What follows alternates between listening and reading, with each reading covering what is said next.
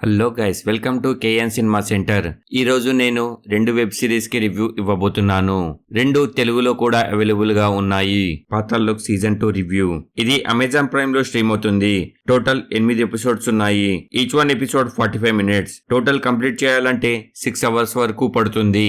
Paatal Lok season 1 చూసినా చూడకపోయినా ఈ సిరీస్ చూడొచ్చు. చూస్తే కరెక్ట్ గా ఎవరి క్యారెక్టర్ ఏంది అనేది సరిగ్గా అర్థమవుతుంది మనకి. తెలుగు ఆడియో కూడా బాగుంది. ఈ సిరీస్ గురించి చెప్పాలంటే ఓకే, ఎక్కడ బోరింగ్ గా అనిపించదు, అలా అని ఎంగేజింగ్ గా కూడా అనిపించదు. స్టోరీ వెళ్తూనే ఉంటుంది. ఈ సిరీస్ స్టోరీ ఏమిటంటే, ఢిల్లీలోని ఒక హోటల్లో నాగాలాండ్ కి చెందిన ఒక బిజినెస్ మ్యాన్ ని చంపేస్తారు. ఎవరు చంపారు, చివరికి పోలీస్ వాళ్ళు కనిపెట్టారా లేదా, చివరికి ఏం జరిగింది అన్నది ఈ సిరీస్ లోనే చూడాలి. ఈ సిరీస్ లో చెప్పేటట్టు పెద్దగా మైనస్ పాయింట్స్ ఏమీ లేవు, కానీ అంత ఎంగేజింగ్ అయితే అనిపించదు. టైంపాస్ కి చూసేయచ్చు. ప్లస్ పాయింట్స్: జయదీప్ గారి యాక్టింగ్ బాగుంటుంది. బీజిఎం కూడా ఓకే. మిగిలిన వారు ఎవరి రోల్లో వారు బాగానే చేశారు. చివరిగా నా కంక్లూజన్: నో అడల్ట్ కంటెంట్. మధ్యలో అక్కడక్కడ బూతులు మాట్లాడుతుంటారు. అది పర్వాలేదనుకుంటే ఫ్యామిలీతో చూడొచ్చు. ఈ సిరీస్ కి నేను ఇచ్చే రేటింగ్ 3/5. ఇది నా ఒపీనియన్ మాత్రమే. Second, the secret of the Shiledar. ఇది డిజ్నీ హాట్‌స్టార్ లో స్ట్రీమ్ అవుతుంది. సిరీస్ గురించి చెప్పాలంటే నచ్చింది గైస్. ఎక్కడ కూడా బోరింగ్ గా అనిపించదు. టోటల్ 6 ఎపిసోడ్స్ ఉన్నాయి. ఈచ్ వన్ ఎపిసోడ్ 35 మినిట్స్ వరకు ఉంది.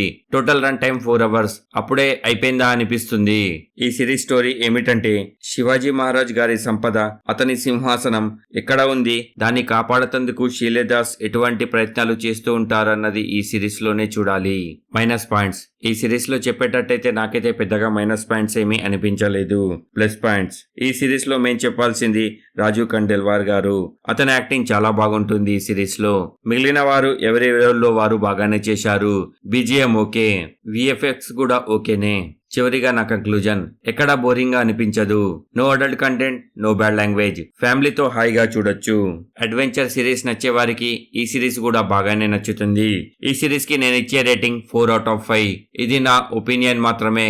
నేను ఇచ్చిన రివ్యూస్ కనుక నచ్చితే లైక్ చేసి షేర్ చేయండి. ఎలా ఉందో ఒక కామెంట్ చేసి చెప్పండి. కొత్త వాళ్ళు ఎవరైనా వచ్చుంటే సబ్స్క్రైబ్ చేయండి. కింద డిస్క్రిప్షన్ లో మన ఇన్స్టాగ్రామ్, ఫేస్బుక్ లింక్స్ ఉన్నాయి.